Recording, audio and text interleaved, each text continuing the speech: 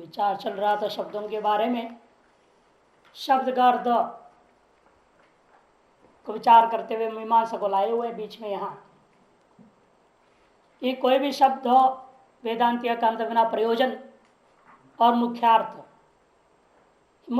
को बांधते हुए ही प्रयोजन के अधीन मुख्यार्थ को बाध करके औपचारिक प्रयोग हो सकता है।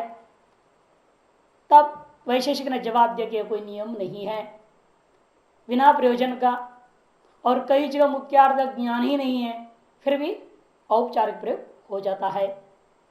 अज्ञात मुख्येशु यवराहादिशु गौण शब्द प्रयोगेशु तद अभावात्, क्योंकि जिसका मुख्य अर्थ कोई जानता ही नहीं, ऐसे यव वराह इत्यादि शब्द वेदों में प्रयोग हुआ है जिनके लिए आपने गौण शब्द प्रयोग ही उसको माना।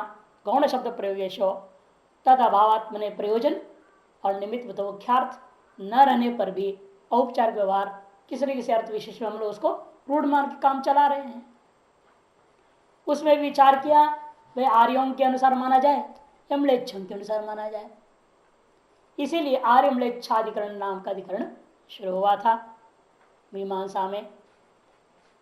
उसे कहते जो वैदिक सनातन धर्म के अनुरूप चलने वाले लोग जो अर्थ मानते हैं उसी को वेद में यह शब्द का अर्थ मानना चाहिए। तब भिन्न लोगों का अर्थ जो अपने लोक में जैसा भी करें उससे हमारा कोई लेन देन नहीं, कि वैदिक परंपरा में जीने वाले लोगों के लिए वेदों का अर्थ उनके अनुसार करना पड़ेगा, अन्यों के अनुसार क्यों करना। इस आधार पर उन्होंने कहा कि जय भले ही म्लेच्छों की संख्या बहुत है, सनातन की संख्या कम है, फिर भी सनातनियों की जो ग्रंथ है उसके अर्थ के निश्चय सनातनियों के मुताबिक ही करना है। अतएव आर्यार्थ को ही लिया जाएगा, म्लेच्छार्थ को त्यागने का निश्चय हुआ। इतना ही नहीं, उस अधिकरण में और विचार करते हुए कहा जो सत्ता बोधक शब्द हैं, द्रव्य है सत्तावाचक सत्तम द्रव्यत्म सत्तान्वितत्म क्रिया सत्तान्वितत्म द्रव्यत्म, इस व्याकरण आदि के आधार पर भी सत्ता बोधक जो शब्द होते हैं उनको भी विशेष में रूढ़ कर देते फिर और कई लक्षणाकर डालते हैं। जैसे गौ शब्द है गाय के लिए प्रयोग होता है संस्कृत में, और गौ शब्द बैल के लिए भी संस्कृत में, गौरवाहिका में बैल के लिए प्रयोग हो गया। यथाहुर वार्तिक कार, इसलिए अपने बातों के समर्थन में श्लोक वार्तिक को ला रहे किसका, कुमारिल भट्ट का मीमांसकों का। बहुजाति गुण द्रव्य कर्म भेदावलंबिन प्रत्यान सहसा जातान श्रौत लाक्षणिकात्मकान न लोक कारणाभावात् निर्धारयितुमिच्छति बला बलादि सिद्ध्यर्थम वाच्यज्ञस्तो विविंचते। यह अधिकरण मीमांसा का है प्रथम अध्याय तीसरे पाद का 5वां अधिकरणस्थ श्लोक वार्तिक है। कहते लोक में हम क्या देख रहे हैं, कोई भी शब्द है विविध जाति या द्रव्य गुण और कर्म का भेद को लेकर के प्रवृत्त हुआ। शब्द या तो गुण जाति या द्रव्य या कर्म का भेद, इन्हीं को लेकर के प्रवृत्त होते हुए देखने को मिलते हैं। को विषय करने वाले सहसा उत्पन्न श्रावत शब्द है।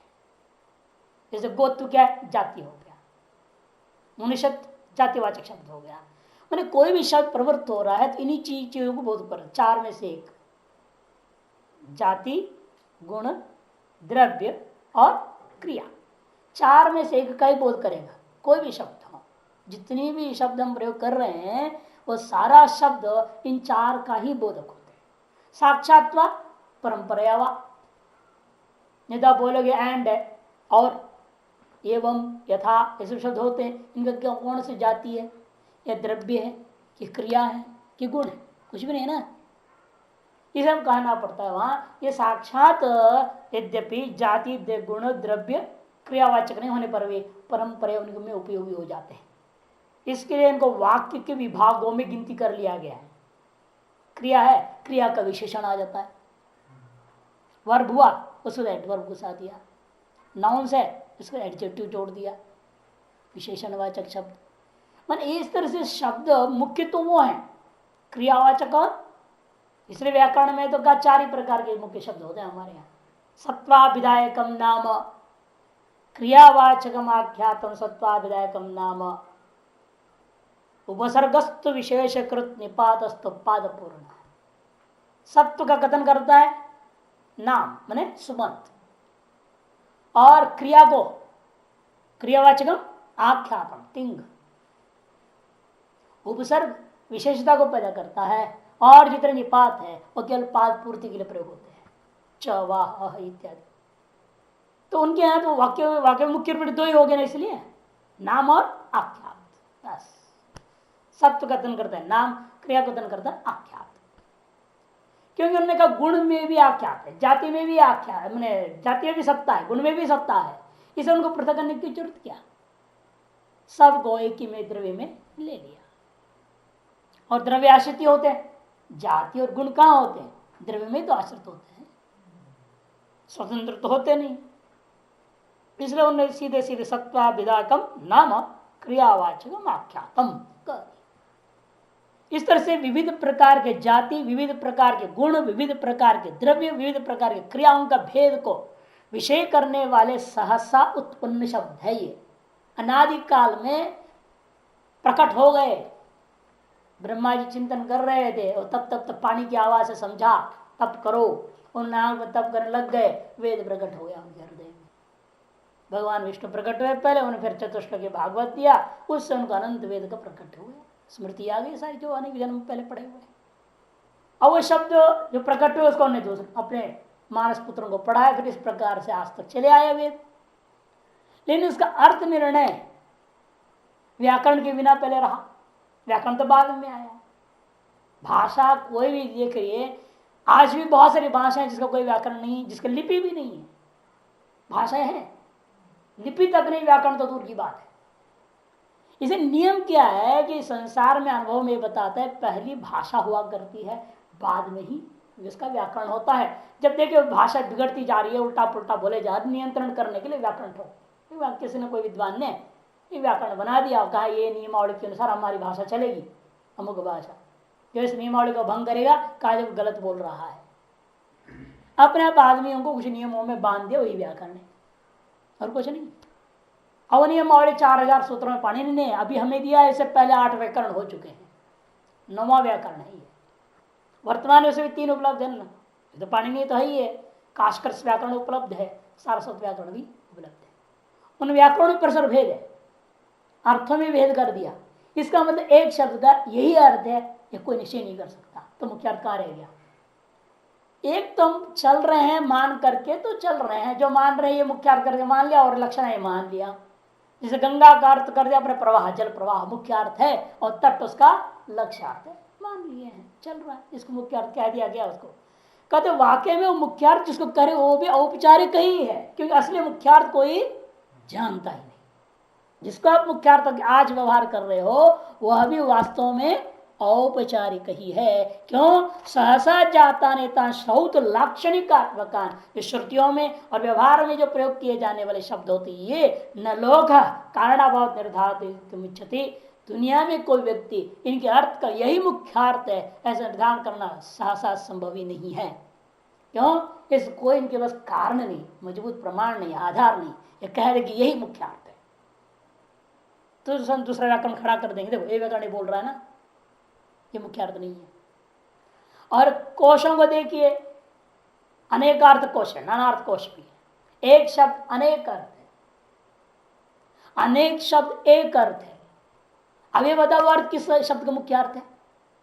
जब अनेक शब्द एक ही अर्थ को प्रकट कर रहे हैं तो कौन सा शब्द का यह अर्थ मुख्य अर्थ है, और अन्य जो शब्द उसी अर्थ को बता रहे हैं तो उन शब्दों का वह अर्थ औपचारिक माननी पड़ जाएगी। जैसे घट है, कलश है या नहीं, दोनों एक ही वस्तु को बोध करा रहे हैं। घट का मुख्यार्थ वो कंबु ग्रीवादिमान गोल मटोल वस्तु है, कलश शब्द का मुख्यार्थ है। निर्णय कैसे करेंगे आप। घट शब्द का मुख्यार्थ कहोगे फिर कलश का गौणार्थ माननी पड़ेगी उसे। दोनों का मुख्यार्थ हो नहीं सकता, एक अर्थ का दो बोध कैसे बोध करेंगे मुख्यार्थ। अनन्य लभ्यो ही शब्दार्थ नियम है, शब्द का एक अर्थ को मुख्य माना जाता है जो अन्य से लब्ध नहीं हो। इसलिए जितने भी वेद के शब्द हैं वह सारे के सारे औपचारिक ही मानने पड़ेंगे। और जब औपचारिक है फिर यही अर्थ यहां लिया जाए या न लिया जाए, यह बलाबल का निर्णय करने के लिए मात्र वाक्यज्ञ मनी मीमांसका विविंचन्ते, अर्थ का विचार करते हैं आर्यमलेच भाषा के दृष्टिकोण से। इतना ही नहीं, और भी बात कहता है, फिर ये मुख्य और गौण का वास्तविक व्यवहार कहाँ चलेगा?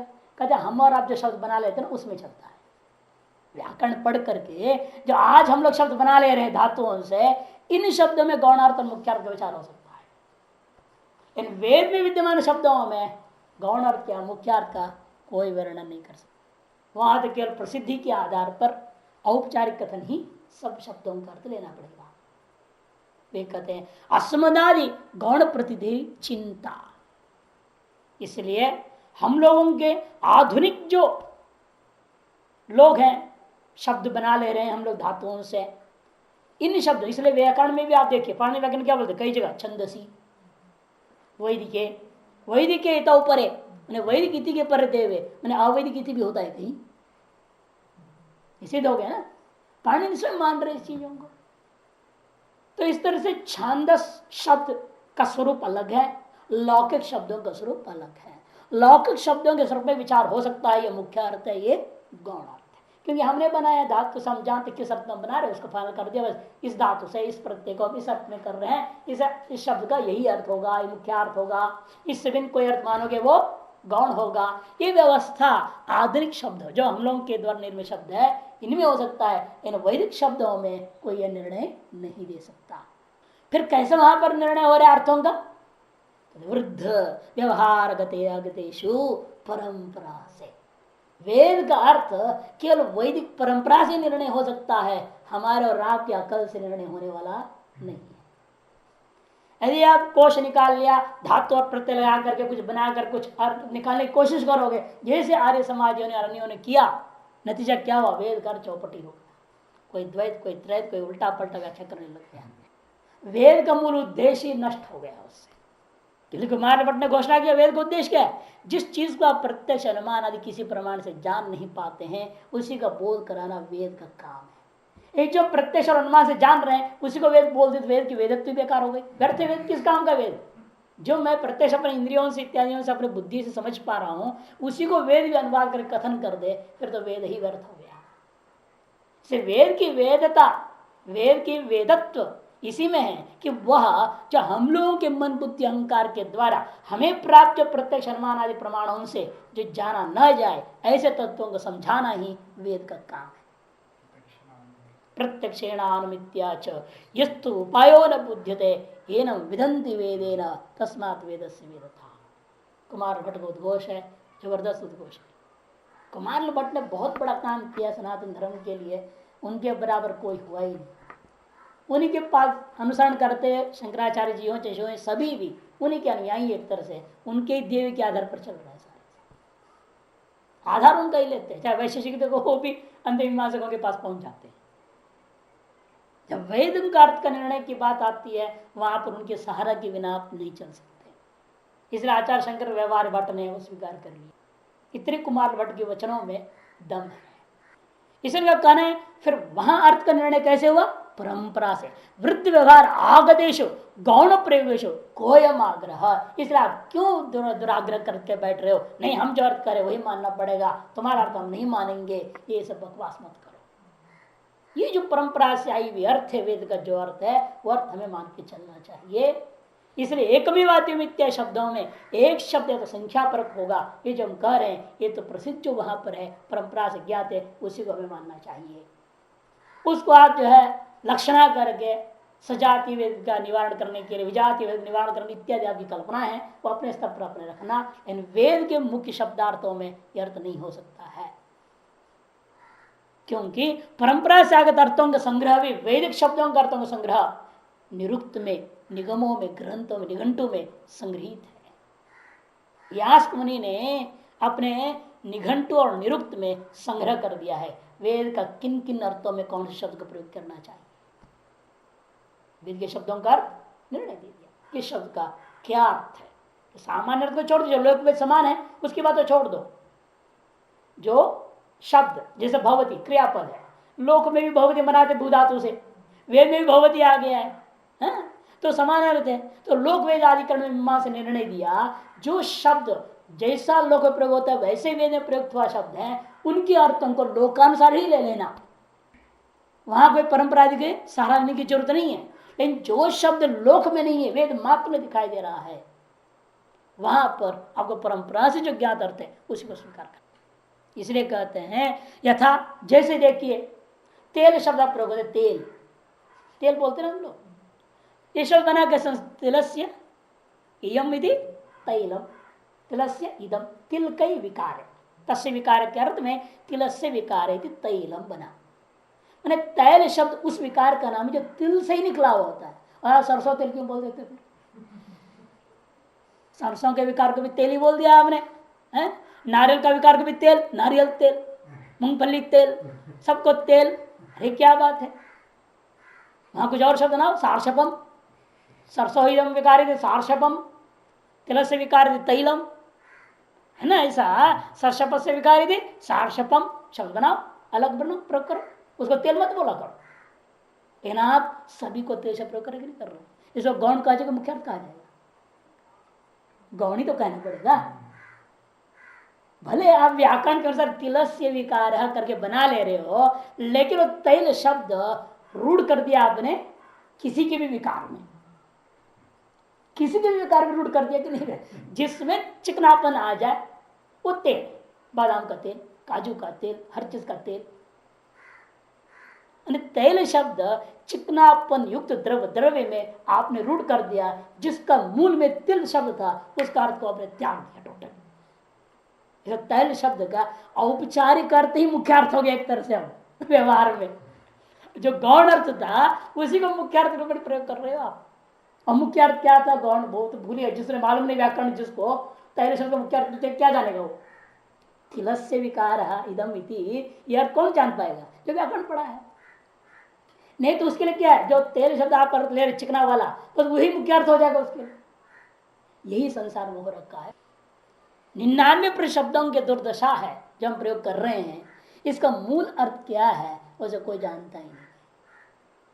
परंपरा जिसमें जो प्रयोग होता है वो प्रयोग कर रहे हैं। एकमात्र संस्कृत भाषा है जिसमें हम लोग कुछ शब्दों कम से व्युत्पत्ति से जान पा रहे हैं, और अन्य भाषाएं तो पूछो ही मत क्या हाल है, वहां कोई व्युत्पत्ति है नहीं, कोई न धातु है न प्रत्यय, कोई लबड़ा है नहीं।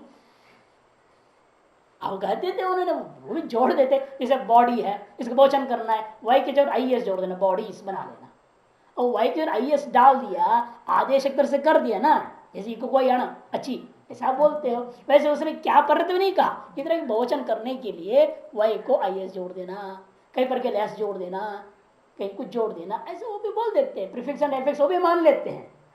लेकिन उनकी कोई ऐसे नियमावली नहीं है, कोई मूल वर्ब का जो है ट्रांसिटिव और इंट्रांसिटिव वो मानते, जो विभाजन आदि हमारे भी जैसे कर्म का कर्मक होते हैं वे ट्रांसिटिव इंट्रांसिटिव बोल देते हैं, लेकिन उनके मूल स्वरूप वो मानते नहीं। उनका कोई मूल स्वरूप हो और प्रत्यय लाला करके शब्द बन रहा हो, ऐसा किसी भाषा में नहीं है, एकमात्र व्याकरण में है संस्कृत का। इसे संस्कृत भाषा की यह व्याकरण कैसी है, जिसमें व्युत्पत्ति है प्राण जैसी, जिसमें व्युत्पत्ति है प्राण जैसी, अन्य भाषा सब म्रियमाण जैसी, अन्य भाषा सब म्रियमाण जैसी, मरते हुए की जैसी है, क्यों वह प्राण है ही नहीं। जब व्युत्पत्ति नाम का प्राण जिसमें नहीं है वो तो मुर्दा है, और यहां हर चीज की व्युत्पत्ति पूछी जाती है, नहीं हर चीज की व्युत्पत्ति है, कोशिश ही होता है भाई सब कुछ उत्पत्ति निकालो। जहां व्युत्पत्ति नहीं अत्यंत रूढ़ है उसकी भी उत्पत्ति तो बना लेते और कह देते हैं, लेकिन यह अर्थ अपेक्षित नहीं है, अन्वयार्थ निरपेक्ष रूढ़ अर्थ लिया गया एक कहा जाता है, लेकिन व्युत्पत्ति उसकी भी होती है। गच्छति थी गो, व्युत्पत्ति तो कर दिया, लेकिन व्युत्पत्ति का अर्थ हम नहीं लेते, जो चलता फिरता उसका नाम गाय, चलता फिरता तो आदमी भी कुत्ता भी बिल्ली सब गाय हो जाएंगे फिर। तब आपने कहा कि व्युत्पत्ति भले हम कर रहे हैं, शब्द सिद्धि तो कर रहे हैं, गमदा से डोस प्रत्यय हो गया, गो शब्द बना, उससे फिर अपने गोहू बना लिया, गोहू गाहू गाहू बना रहे हैं हम, धातु है प्रत्यय हुआ सब कुछ, लेकिन न धातु का अर्थ विवक्षित है न प्रत्यार्थ विवक्षित है, किंतु विलक्षण रूढ़ अर्थ विवक्षित हो गया। अतः शब्द के एक और ढंग से भेदन कर लिया हम लोगों ने, क्या किया, रूढ़ि शब्द, यौगिक शब्द, योग रूढ़, यौगिक रूढ़, 4 प्रकार का मान लिया। इसे वैशेषिक का कहना है कि भाई यथा सर्ष पर रसेपी तैल शब्द। तो पूर्व पक्षी वेदांति कहता है मुख्य बाधका बाबत कथम उपचारित नाशंकनीय। मुख्यार्थ स्वीकार करने में जहां कोई बाधक ना हो वहां औपचारिक आप कह रहे हो ये उचित नहीं है। इति न आशंकनीय, क्योंकि प्रत्यक्ष श्रुत्याच भेद प्रतीत है। क्योंकि आपकी एक प्रमाण से अभेद सिद्ध हो रहा है केवल श्रुति प्रमाण से, और उस प्रमाण को अपने सबसे प्रबल प्रमाण मान बैठे हो। और जब भेद सिद्ध हो रहा है सकल प्रमाणों से सिद्ध हो रहा है, केवल श्रुति प्रत्यक्ष से भी सिद्ध हो रहा है, अनुमान से भी भेद सिद्ध होगा। उपमान से उपमान तो भेद निष्ठ ही है। जो भी उपमान होता है वो क्या है? भेद निष्ठ। चाहे वेदांति भी अनुमान बनाएगा अमुकवत दृष्टांत देगा ना, दृष्टांत क्या होता है? हमेशा उपमा है वो, और उपमा भेदनिष्ठ होता है। कि उपमा का लक्षण सादृश्य का लक्षण क्या है? तद भिन्न सती तदगत भूयो धर्मोत्तम सादृश्यत्म। जैसे चंद्र के समान सुंदर मुख है, मैंने क्या हुआ? चंद्र और मुख के भेद को स्वीकार नहीं करोगे, चंद्र की सौंदर्यता मुख में ला सकोगे? यदि अभिन्न होता तो चंद्र एवं मुखम बोलना पड़ता, चंद्र एवं मुखम नहीं बोल सकते आप। एवं मुखम बोलने का मतलब ही हो गया उपमा में सादृश्यता में भेद निष्ठ ही होता है। इसे उपमान प्रमाण तो भेद निष्ठ ही हमारे समर्थन में है। प्रत्यक्ष प्रमाण भी भेद निष्ठ, सकल व्यवहार भेद पूर्व की हो रहा है। अनुमान हम देंगे आगे, मकरंदकार का अनुमान दिया जाएगा यहाँ भेद सिद्धि के लिए, और अन्य अनुमान तो कहना है कि सारे अनुमान उपलब्ध हो जाएंगे। श्रुति तो हम दे चुके हैं, दास पूर्णा सविजा सकाया जामे कमलो शुक्ल कृष्णाम इत्यादि। अतः अधिकतर क्या सकल प्रमाण सिद्धे भेद, और केवल शांकर द्वैत वेदांत मात्र में सिद्ध है अभेद। सभी वेदांत में भी नहीं, सभी के वेदांत में भी नहीं है ना। इसी उपनिषद गीता और ब्रह्मसूत्र पर अन्य भाष्यकारों ने क्या कर दिया? अभेद सिद्ध नहीं किया, केवल अभेद नहीं सिद्ध किया। कहीं विशिष्टाभेद है, विशिष्ट अविष्टाभेद है, शुद्ध अशुद्धाभेद है, भेदाभेद है, अचिंत्य भेदाभेद है, अलग अलग लक्षण बना दिया उन्होंने। इसे कहना पड़ता है एकमात्र शांकर अद्वैत वेदांत में ही अभेद सिद्धि है, केवल अभेद। यदि भी वो भी श्रुति प्रमाण मात्र ले रहे हैं, श्रुति प्रमाण मानने वालों में भी एकमात्र शांकर है जो केवल अद्वैत को कथन करते हैं, बाकी कोई नहीं कहता। अतएव अत्यंत दुर्बल आप पक्ष है, आपका पक्ष अकेले आप खड़े हैं और बाकी सारी दुनिया एक तरफ है भेद मानने वाले। आत्मा द्रव्यत्व व्यतिरिक्त अपर जात्य आधार भेदे नाना। इस निष्कर्ष हो गया। शब्द के अर्थ के बारे में आप हमसे लड़ाई नहीं कर सकते, परास्त कर दिया वेदांति को। क्योंकि जो परंपरा से चला है वह शब्दार्थ है, उन्हीं को हम स्वीकार करेंगे। आप जो जो अर्थ कल्पना करते हो अपने अभेद सिद्धि करने के लिए, वो हम मानेंगे नहीं। यदि अर्थ निकालना है पहले मीमांसकों को साथ में लाओ। यदि मीमांसक कहते हाँ भाई ये भी बात मानने लायक है तो हम मान लेंगे। मीमांसक क्यों कहेगा? मीमांसक तो अपना कर्म कांडी है, वो तो चाहता ही है वेद। इसलिए कहते आत्मा फिर क्या है? एक नहीं है, नाना है। अनंत शरीर है, जितनी उतनी आत्मा है। आत्मा नाना क्यों? द्रव्यत्व व्यतिरिक्त अप्रजात्याधार भेदेरा। द्रव्यत्व से अतिरिक्त अपर जाति माने न्यून जाति वाला कौन है? जैसे पृथ्वीत्व है, जलत्व है, तेजस्व है, वायुत्व है, ये सब क्या है? द्रव्यत्व जाति से। द्रव्यत्व जाति पूरे 9 द्रव्य में रहता है, आत्मत्व केवल आत्मा में, इसलिए उसको अपर जाति कहेंगे। 2 प्रकार जाति है ना, परसामान्यम अपर सामान्यम। पर जाति कौन हो गया? जो व्यापक है, अधिक तौरों में रहने वाला। जो न्यून में रहे उसका ना अपर जाति है। इसलिए अपर जात्याधार, अपर जाति हो गया यहाँ आत्मत्व जाति ले लेना, उसका आधार का भेद है ना, नाना आधार का भेद की वजह से उसके आधारकृत भेद को लेकर के नानात्व मानना पड़ेगा।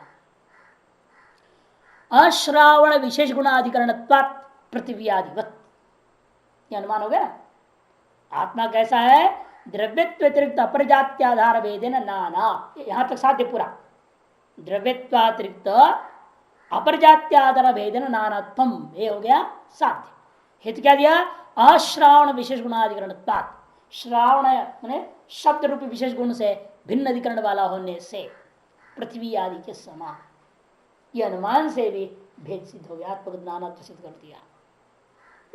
और कोई कह सकता है मूर्तत्व उपाधि दे दूंगा, अत्र न मूर्तत्व उपाधि रूपादव तदभावी साध्य अनुगम दर्शनार्थ। कि मूर्तत्व का उपाधि नहीं कर सकते हैं, उपाधि दोष, क्योंकि रूप आदि में आपको उपाधि घटित नहीं होता।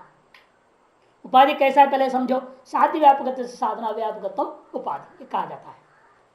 अब देखिए साध्य का व्यापक कहाँ बन रहा है, ये पृथ्वी आदि दृष्टांत में साध्य का व्यापक है, क्योंकि पृथ्वी में क्या है, मूर्तत्व है। दृष्टांत क्या है, पृथ्वी आदि, उसे मूर्तत्व है। और वह द्रव्य व्यतिरिक्त अपर जाति से क्या लूंगा, पृथ्वी जाति, उसका आधार भेज में उसमें अनंत है ही कार्य, पृथ्वी अनंत रूपा है, अतएव वह नानत रूपी ही साध्य आ गया। साध्य भी है, मूर्तत्व उपाधि भी है, तो साध्य व्यापक हो गया पृथ्वी में। इन पक्ष में साधन का अव्यापक हो जाता है, क्योंकि सब पक्ष कौन है, आत्मा, उसमें मूर्तत्व उपाधि है क्या, नहीं, हेतु तो बैठा हुआ है। श्रावण मैंने श्रावण मैंने शब्द विशेष गुण, और श्रावण विशेष गुण हो गया कौन, शब्द विशेष गुण से भिन्न गुण कौन हो गया, ज्ञान आदि, उसका अधिकरणत्व वहां पर विद्यमान है, कहा आत्मा में, लेकिन वहां मूर्तत्व नहीं है, साधन का व्यापक हो गया। इसलिए दृष्टांत में साध्य का व्यापक, पक्ष में दार्टान्त में साधन का अव्यापक होने से उपाधि है।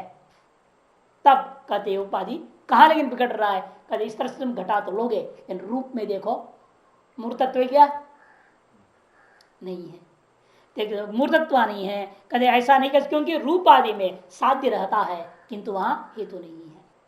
किंतु रूपत्व में जो है, रूप आदियों में साध्य है। साध्य क्या है, द्रव्य से व्यतिरिक्त अपर जाति शब्द से क्या लूंगा, रूपत्व जाति, उसका आधारत्व है ना, रूप में भी नानत्व है, कि सप्तरूप मानते हैं ना, कम से कम 7 रंग मानते हैं यहाँ, तो नानात्व ही है, तो साध्य वहां पर है, इन उस रूप में मूर्तत्व हेतु नहीं है, कि रूप में क्रिया नहीं होती, गुणों में कभी क्रिया नहीं होती, द्रव्य मात्र में क्रिया होती है। इसे कहते हैं वहां आपका साध्य है किंतु उपाधि नहीं है, अतः उसको उपाधि नहीं माना जा सकता, व्यभिचरित हो गया। अतः हमारा अनुमान निर्दोष स्थापित हो गया, अतः आत्मगत भेद अनंत आत्मा, यह बात अनुमान से भी सिद्ध हो गया। इतना ही नहीं, अद्वैत मकरंद कार, एक अद्वैत मकरंद लिखा है अनुभूत स्वरूपाचार्य जी ने, अद्वैत वेदांत परक, उनने बड़ा जबरदस्त भेद का खंडन करने की कोशिश की है, अनुमानों को कई किया, इनके अनुमान को परास्त कर दिया। तब इनके यहाँ एक और हुए आनंद बोध भट्टारक, बड़े विद्वान हुए आनंद बोध भट्टारक, उन्होंने अद्वैत मकरंद के खिलाफ एक न्याय मकरंद लिख दिया। तुम्हारा अद्वैत अमृत नहीं, हमारा न्याय भी अमृत ही है, मकरंद भी अमृत, न्यायामृतम एक तरह से न्याय मकरंद नाम का ग्रंथ कर खंडन कर दिया। उन्होंने जो अनुमान दिया अद्वैत वेदांत के अनुमान के खिलाफ, वो अनुमान भी दे रहे हैं। मकरंदगारस्तु विवादास्पदानि शरीराणि, ये जो अनेक शरीर दिखाई दे रहा है बैठा हुआ यहाँ, एक बैठा है कि अनेक बैठे हैं शरीर, बताओ पहले, हैं शरीर अनेक है या नहीं, ये तो साफ दिख रहा है सबकी आंखों से, सर्व सभी स्वीकार करेंगे हमारी सबके शरीर अलग अलग है, हम सबके शरीर अलग अलग है, नाना शरीर है। इसे विवादास्पदानि एतानि शरीराणि यत्रैव विद्यन्ते, कैसे हैं, ये कई ना आत्मना आत्मवंती, एक एक आत्मा से एक शरीर आत्मवान बने हुए हैं, इन सभी शरीरों में एक ही आत्मा है, मत बोलो। प्रत्येक शरीर वाला क्या है, मेरी आत्मा है, मेरी आत्मा बड़ी पवित्र है, तुम्हारी आत्मा बड़ा बेकार है, तुम्हारा पापी हो, मानते हर साधक भी अपने को क्या मानता है, मैं सबसे बड़ा सबसे अच्छा साधक हो, श्रेष्ठ साधक हो, सब बेकार साधक लोग है, सब ढोंगी साधक है।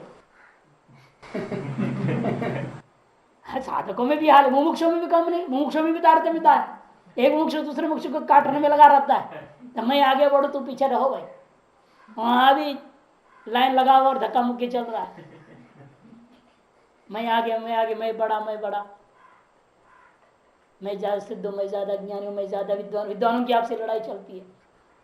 यहाँ कुकुर गुरगुरायन थे लिखा है, कई बार ऐसे होते 4 विद्वान एक साथ बिठाओ तो एक दूसरे को देख देख घूरते रहेंगे, ऐसे कुत्ते से घूरते नहीं दूसरे को, वैसे ऐसे लिख दिए शास्त्र विद्वानों के लिए। इसे मानना पड़ेगा, प्रत्येक शरीर में आत्मा अलग अलग, यदि एक ही आत्मा होता तो क्यों एक विद्वान दूसरे विद्वान से नाराज होगा, क्यों होता है, कोई राग द्वेष कहीं होता नहीं, एक दूसरा शरीर एक दूसरे को मारपीट कर रहे, गाली गलौज दे रहे।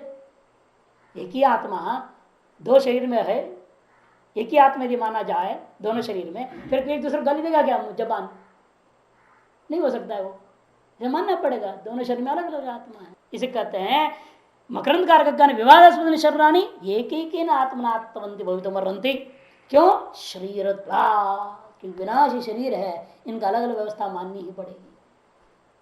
मच्छरीरवत, मच्छरीरवत, मच्छरवत नहीं लेना मत शरीरवत, मेरे शरीर के समान। क्योंकि मैं अपने आप को क्या मानता, मेरे शरीर में जो आत्मा मेरी आत्मा है, दूसरे शरीर का तो मेरे अंदर नहीं है, न मैं तुम्हारे अंदर हो ना तुम मेरे अंदर हो, ऐसे साफ मानते हैं। इसे अपने शरीर को ही सीधा उन्होंने व्याप्ति का दृष्टांत बना लिया। जैसे मेरा अपना शरीर है, मेरी आत्मा से युक्त है, दूसरा अन्य कोई आत्मा से नहीं है। और मेरी आत्मा जो मेरे शरीर में है वो मैं अपने मानता हूं कि मैं अपनी आत्मा स्वरूपता, मैं दूसरे शरीर में नहीं हूं। ये खुद के अनुभव के आधार पर खुद को दृष्टांत बना दिया मच्छरीराधिवत। इस प्रकार से आत्मकृत भेद भी सिद्ध हो गया। और अब वो जो आत्मा जो आपने सिद्ध कर दिया, ज्ञानाधिकरणम प्रयत्नाधिकरणम आत्मा, वह आत्मा जो कि नाना है, वह जीव नाना है, वो भी पहले बोल चुके हैं। ईश्वर को एक हम मानते ही हैं, उन श्रुतियों में कहा ना द्वादश प्रमाण में एक जो है वो ईश्वर है, वो सर्वज्ञ है, भुक्त भोगा है, सब कुछ हम मानते हैं। इसे परमात्मा तो एक सर्वज्ञ वो है, न्याय में भी है तो तर्क संग्रह में भी।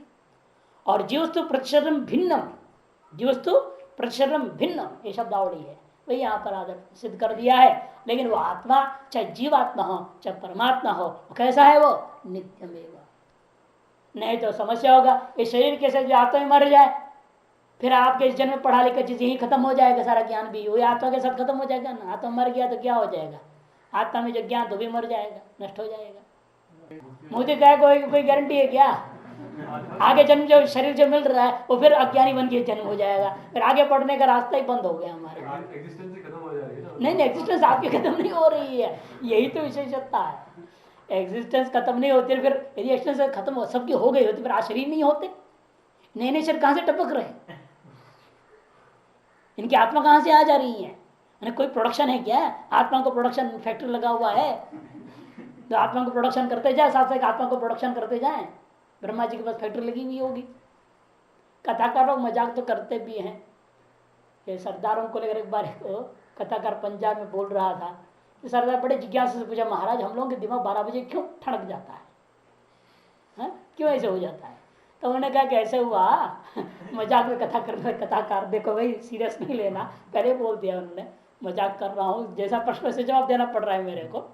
तो उन्होंने कहा ऐसा था, एक बार ब्रह्मा जी को लघु शंका लग गई। ब्रह्मा जी इतने समय बैठे रहते हैं, उनकी लघु शंका भी टाइम ज्यादा लगेगी, जब तुम्हारी 2 मिनट लग सकती है, उनकी तो पता नहीं आधे घंटे लगे होंगे, हाँ जो भी होगा। तो उन्होंने कहा कि इसीलिए उनने क्या कर दिया, वो आधे घंटे सृष्टि बंद ना हो गए, इसे उन्होंने बुलाया शिव जी को। बोला महाराज आप तो समाधि में हमेशा रहा करते हो, कुछ देर बहिर्मुख होकर काम कर दिया करो मेरा काम, मैं लघु शंकर आता हूँ, तब तक आप यहाँ हमारे पोस्ट पर बैठे हो, अपना प्रोडक्शन करो। अब प्रोडक्शन स्टार्ट किए शिव जी, तो उनने सारे पुर्जे हर आदमी के जोड़ते गए कर्मानुसार है ना, लेकिन उनको देखा बुद्धि का पुर्जा कहीं नहीं मिला। वो अलमारी कहा क्या मालूम ब्रह्मा जी को, ब्रह्मा जी से पता था शायद बुद्धि रूपी अलमारी को बताया नहीं, इस अलमारी में अमुक बुद्धियां हैं, इनको यहाँ डाल न दिया करो। अब वो एक पार्ट के बिना अब प्रोडक्शन स्टार्ट हो गया।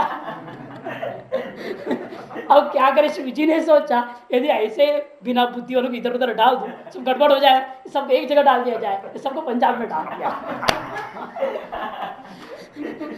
और लोग लगभग 12 बजे कर किया होगा ब्रह्मा जी ने, इसे ठीक 12 बजे सबकी बुद्धि खराब। ऐसे मजाक जो है कहने का मतलब फैक्ट्री ये भी हो सकती है शरीर की, लेकिन आत्मा का फैक्ट्री नहीं हो सकता। तो इसलिए इनका कहना है कि भाई देखो उसको नित्य मानना चाहिए, ताकि आपका कर्म और वासनाएं और ज्ञान बनी रहेगी, और उसके आधार पर आप अगला जन्म फिर नया शरीर में मिलेगा, आत्मा वही आ जाएगी। तो आपकी ही कर्म के आधार पर इन ज्ञान की भी वासनाएं, ज्ञान की स्मृति आ जाएगी, और साधना में आप आगे बढ़ पाएंगे। इससे क्रमशः अनेक जन्म संसिद्ध जो गीता में कहते हैं, अनेक जन्मों में एक ही आत्मा चलेगी, तभी जाकर मुक्त हो सकता है। अतएव आत्मा को नित्य ही मानना चाहिए।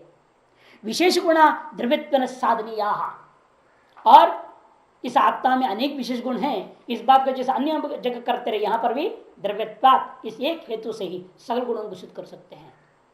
आत्मा विशेष गुणाधारवान द्रव्यत्वात् पृथ्वीवत, आत्मा द्रव्य सिद्ध हो गया ना, पहले आत्मा से द्रव्य सिद्ध किया, सिद्ध करने के बाद ये सब बात कह रहे, द्रव्यत्व भंग कर सारी बात खत्म हो जाए।